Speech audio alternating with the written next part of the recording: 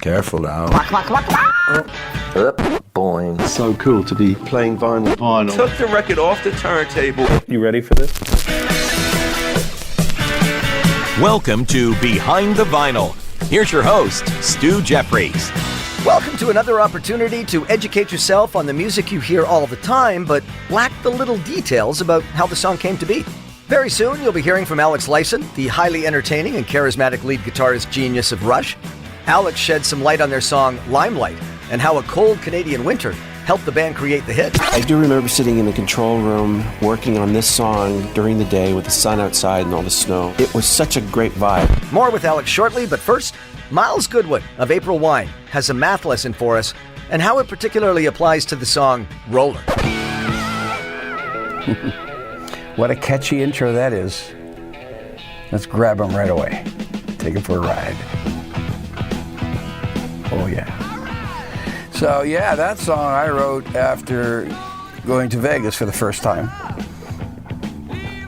It was 1977. I stayed at the Thunderbird Hotel, one of the old hotels when Vegas was Vegas before it turned into Disneyland. And the kids' streets are crawling with kids. But back then, it was an adult place still. And I stayed at the Thunderbird with his arches and his pastel colors and his wonderful vibe. And I continued to go to Vegas for years. I was there last weekend. We had a sold-out show in Vegas last weekend. And this is one of the few songs, and I wrote about my experience. It's about a lady that likes to gamble. So I was coming back from Vegas, sitting down with a great guitar riff, do off the top. And I just had the blank piece of paper, started writing about a lady who likes to gamble too much. But this is one of the few songs that April Wine ever took on the road before recording. And this song was a lot more complicated than we know it.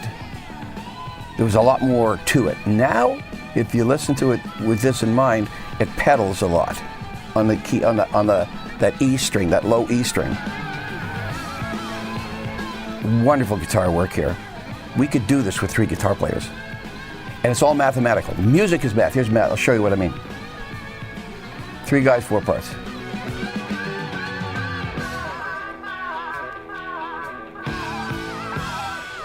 Now we go into the solos. Me first. Oh no, here's math. Together. Together. Together, stop. Like that. It's math. It's always math. Math and music, bedfellows. So, yeah, just full of licks. Just full of ear candy, this one. And it just rocks. And we did it at the studio up north in Montreal, the famous Le Studio. And the engineer was Nick Blagona, again, one of our great engineers ever. So we put it all together, but we took it on the road, having not recorded it. And we simplified a very, very complex song and brought it down to lots of pedals with accents at certain parts, especially in the verses. So Frank Sinatra once said, I won't take a song on the road till I get to know it. I won't take it in the studio till I get to know it on the road. This is what he was talking about. You don't really get comfortable with a song until you spend some time with it. And I wish I had the luxury of doing it in all my songs, but I don't. Especially today, because if I take something new on stage, somebody's out there filming it, recording it, and the next thing my song is stolen, those days are dead, gone. And it's really a pity. And I write for stage all the time. You hear that bye, bye, bye, byes? That's on purpose. This is the end of the night, folks. We're leaving the stage. Bye, bye, bye, bye. All has a reason. There's Roller from April Wine on Behind the Vinyl. I'm Stu Jeffries. Thanks for listening. We've got Alex Lifeson of Rush coming up shortly. Warning you now, he's not that great at remembering dates. But now, Raine Maida of Our Lady Peace explains a rather challenging time the band had with their song Clumsy, until they decided that exposing their vulnerability may have been the key.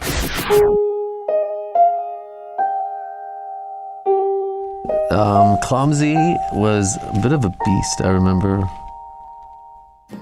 This song has, I don't want to say it was ever work, but this song was work. Just the arrangements, recording of it, fitting parts together. Some songs just pour out of you, and this one was, again, it was a little bit of work, but very satisfying at the end of the day.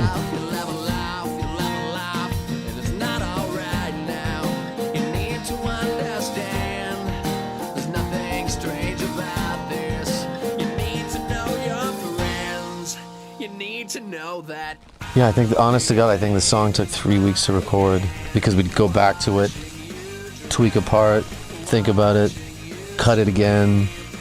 I don't think we were trying to get it perfect, but I think we were trying to find that moment when it made everybody feel something. And there was a lot of versions of it that just, there was something that was disconnected, and trying to get the trem right and the guitar tremolo and the pre-chorus until that really locked with the drums, and it just never had that glue. Yeah, there's a lot of layers to this song, I guess, compared to some other stuff, and that was probably a bit of the problem. Even the intro, like that piano, it's not an out-of-tune piano. We're literally playing it and just hitting the tuning thing, and so like trying to just get that right. I'm sure if we did it now it would be like 1 or 2 takes, but we were just such novices, I guess, in the studio back then. It took a long time for something as simple as that.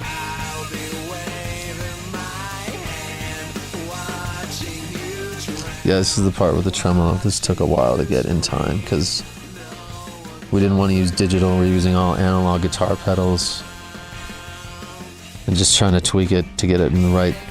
You think you had it and then it'd be out, and it just never sounded right, so it took a minute.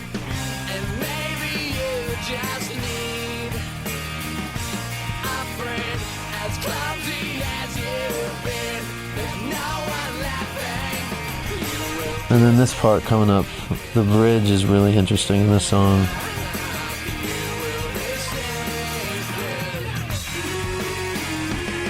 We were wondering, should we have a guitar solo here?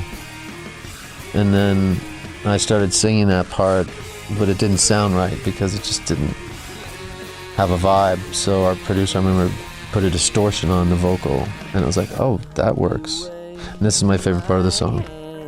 Watching you drown, watching you scream, quiet or loud. Yeah, just that part. As soon as we tapped into that bridge, broken down like that, all of a sudden the whole song made sense because it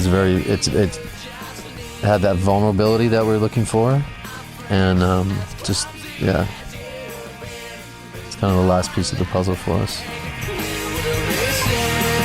That's Raine Maida of Our Lady Peace with their song Clumsy on Behind the Vinyl.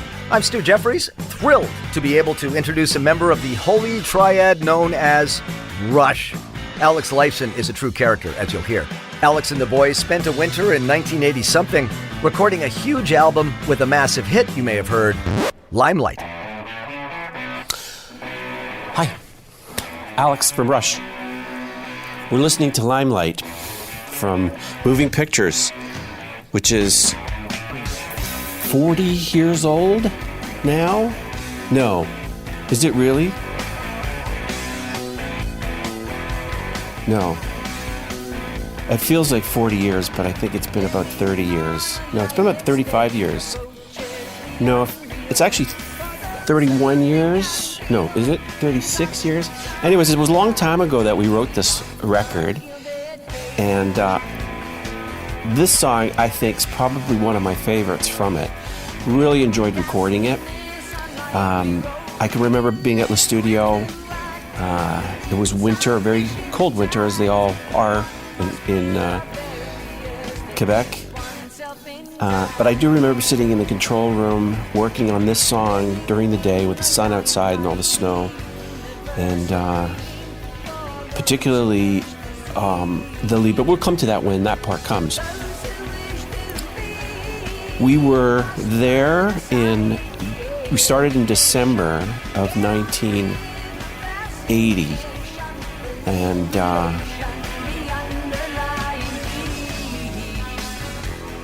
it was such a great vibe making this record. We had so much fun. Everybody was in a great space. We'd done most of the writing in the summer. So we were well prepared. We were well rehearsed. We actually shot the videos for all these songs there at the studio, which sadly has been abandoned and is derelict now. All the windows are smashed, doors ripped off. It's really a sad thing to see. So many great memories. Of course, I can't remember any of them right now, but it was a lot of fun. I'm stalling now because we're coming up to the solo after this chorus. And I remember recording the solo because we had speakers set up outside to catch the delays and some echo. And let's see, I used my Hentor, I believe, for a lot of the song, and my 355 for you gearheads. I really am proud of this solo. It was done in about 5 or 6 takes, and then it was we did a compilation of those takes to arrive at what we have. But what really moves me about the solo is its lonely character, which really fits the mood and tone of the lyrics that Neil wrote about this song. And it's a very elastic kind of solo and just moves around, and the delays kind of cascade and overlap, and it ends with at a very high point, literally a high point, very high on the E string at the top of the neck. So it's a very dynamic build. The song structurally is typical of a verse, chorus, middle section, which is the solo, and then the outro choruses that keep building and building as you go. So I think it was a really an emotional song for all of us to do. And playing it live for all these years has been a real treat. One of my favorites. We've opened a couple of tours with it, which was a nice way to start, all things considered, because he's playing in front of thousands of people. Anyways, that was Limelight. The forever entertaining Alex Lifeson of Rush on the making of Limelight. And that's it for another episode of Behind the Vinyl. I'm Stu Jeffries, thanking you for spending a few minutes with us on something we all love, music and great stories. We got a few of these episodes in the can. I'd love it if you'd spend a few more minutes with us listening to them. Until next time, thanks again. This has been Behind the Vinyl, the podcast, hosted by Stu Jeffries. Audio production courtesy of Doug Morehouse, Derek Welsman, and Troy McCallum. Thanks for listening.